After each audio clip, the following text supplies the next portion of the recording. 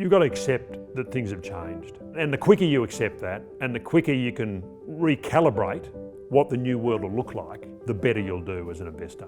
Personally, it's got me significantly up the technology curve, working out how to work from home. Now I've got Skype Business, I've got Zoom, I've got House Party. One of the things that you always have to do is work against your emotions. And that's the hard part. Matt, Katrina and Oscar and the whole investment team have done an exceptional job. One thing I'm pleased about is how quickly they're able to adjust. Adjust to the new economic environment and adjust the portfolios. Wilson Asset Management put the question to your shareholders. What's your view? Where are we on the curve? How are people feeling? It has been a roller coaster ride and we've been everywhere, I think, in the last little period. At the moment, I think it probably is hope, which doesn't fill me with confidence. In terms of how do I like to invest, I sort of like to plan for the worst and hope for the best. I mean, the tough thing is hope is not a strategy, but that's I think where we are. The first time I saw you speak on a panel session, you brought out the buy when there's blood. That was one of my early memories of how you like to invest. You had to be quick to see the blood this time around. Do you think maybe there hasn't been enough pain felt just yet? That's right, and to me it's one of the great quotes, Baron Rothschild's, is it something along the lines of, buy when there's blood running in the streets, even if it's your own. Yeah. And when the market falls, and it falls so significantly, then some of the blood is your own. It was very extreme, the fall, 35% in the quickest period of time ever, which wasn't overly surprising because we've just had the longest bull market ever. So therefore, it wouldn't surprise you if the bear market is significantly different than what we've seen previously in terms of the quickest bear market ever, and that's the surprising part. To me, it would have been, you'd probably expect the longest bull market ever to be followed with a longish bear market. But you really, when there's liquidity pumped into the system, as we've seen globally, and what the Fed has done, then it's really hard to fight that liquidity. We've had to adapt to a new way of working and a new way of living, not just working, with social distancing. What's been a positive from the changes that you've come across?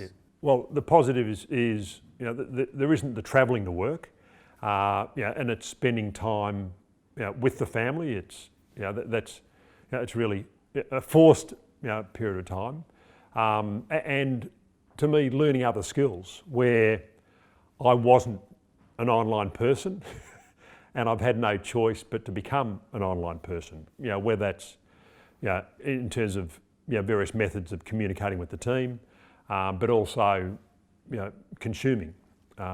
So it's learning different skills. Moving people online in terms of consuming.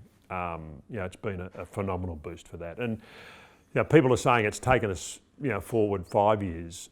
To me, it wouldn't surprise me if it's nearly a decade. I'm not sure if I might have never gone online. I'm in my early 60s. Say I last another 25 years or so, then I might have continued to do it, just by jumping in the car and driving up the street. What's been a challenge? I think the challenge is differentiating work from home, and like you'd be in the office. One of the great things about being in the office, you've got community and communication. And it's a very efficient way of communicating. One of the things I enjoy is collecting information, and in the investment game, it's really the best quality of information tends to win.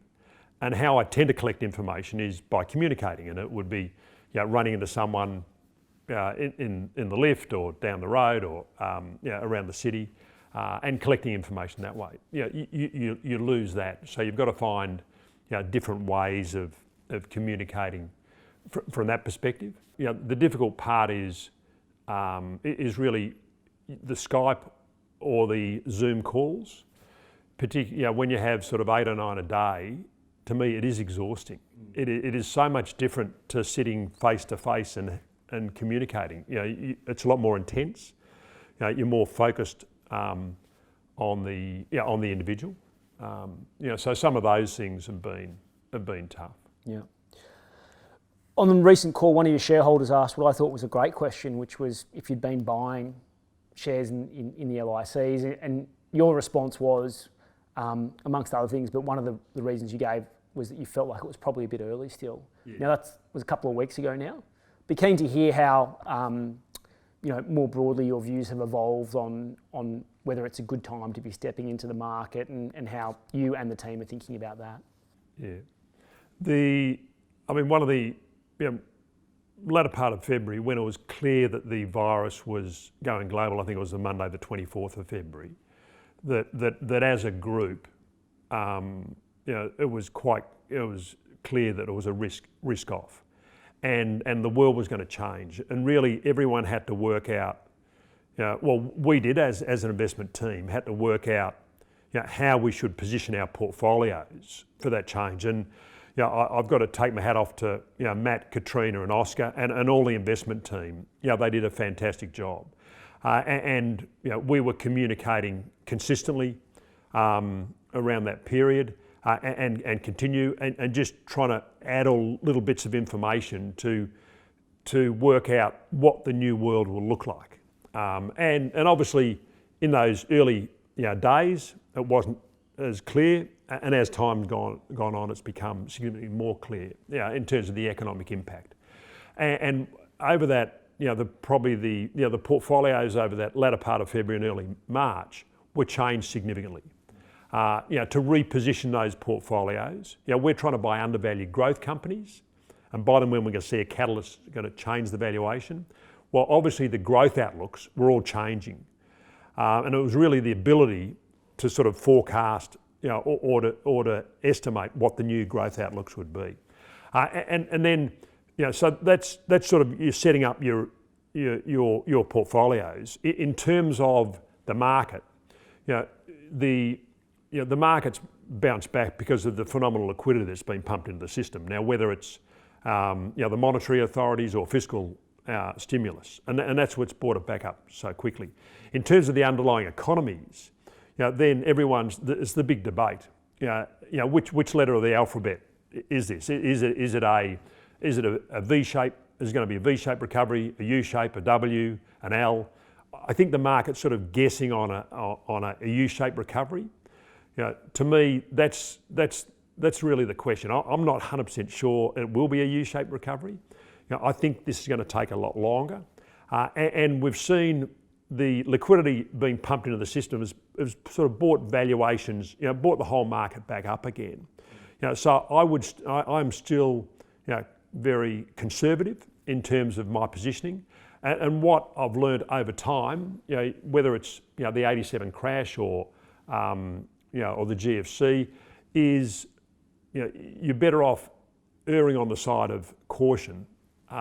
So in terms of, I might have been slightly bearish when we first met. I still would like to plan for the worst and hope for the best, and so we've still got a lot of unknowns that will become clear over the next 2, 3, and 6 months.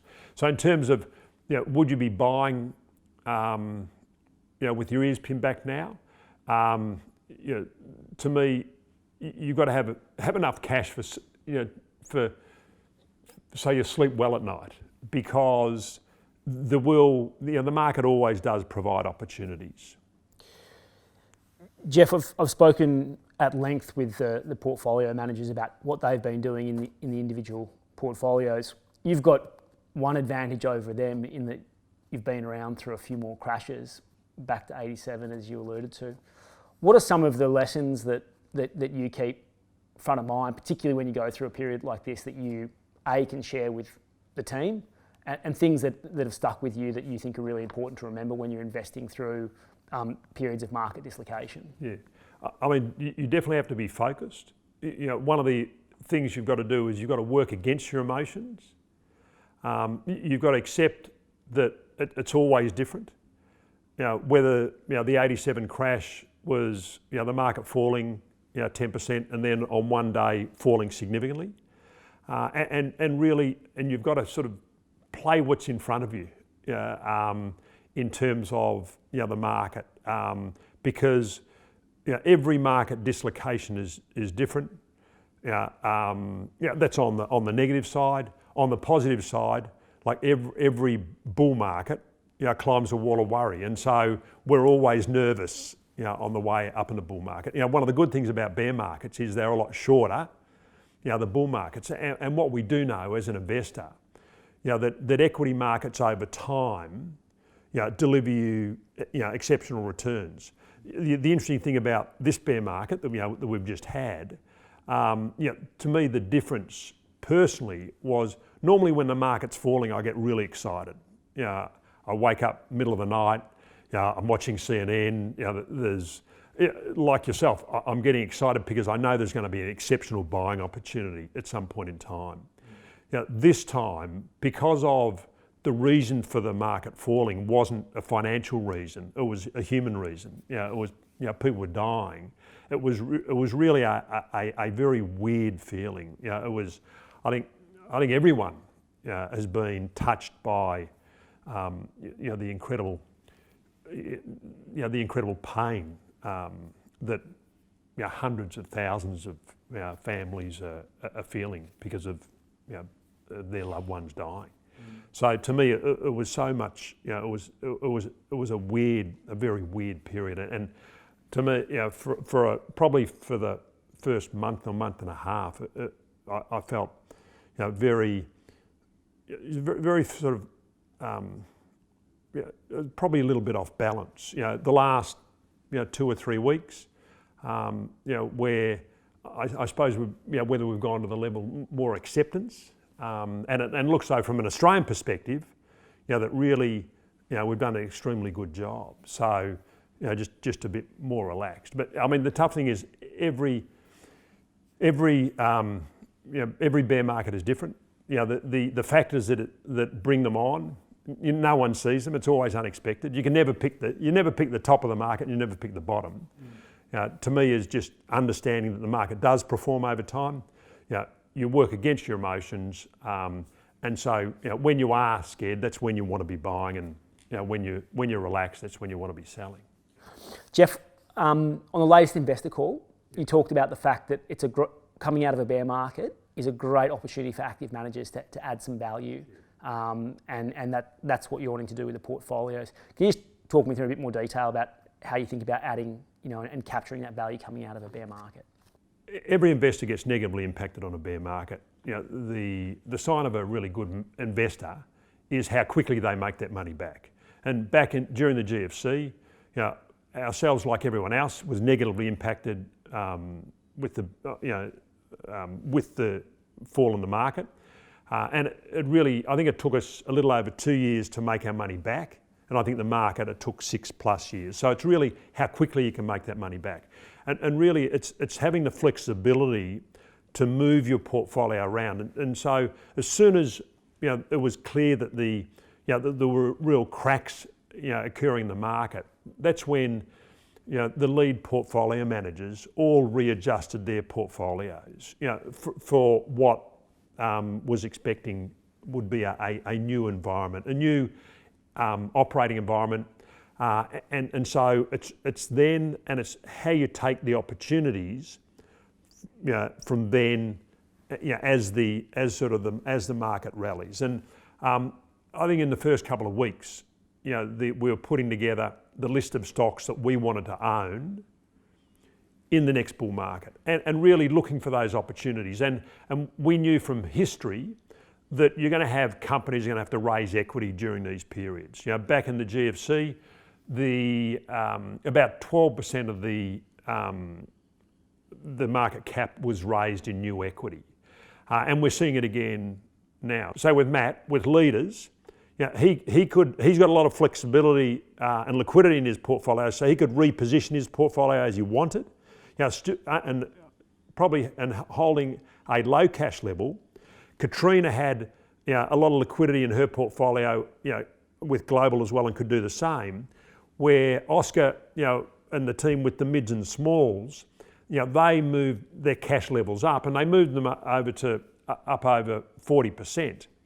And that was to reposition the portfolio so that when equity was being raised, they could take advantage of that. And all the equity that's been raised, it's been raised at 10% plus discount. What's your assessment on what's happening in the LIC space at the moment?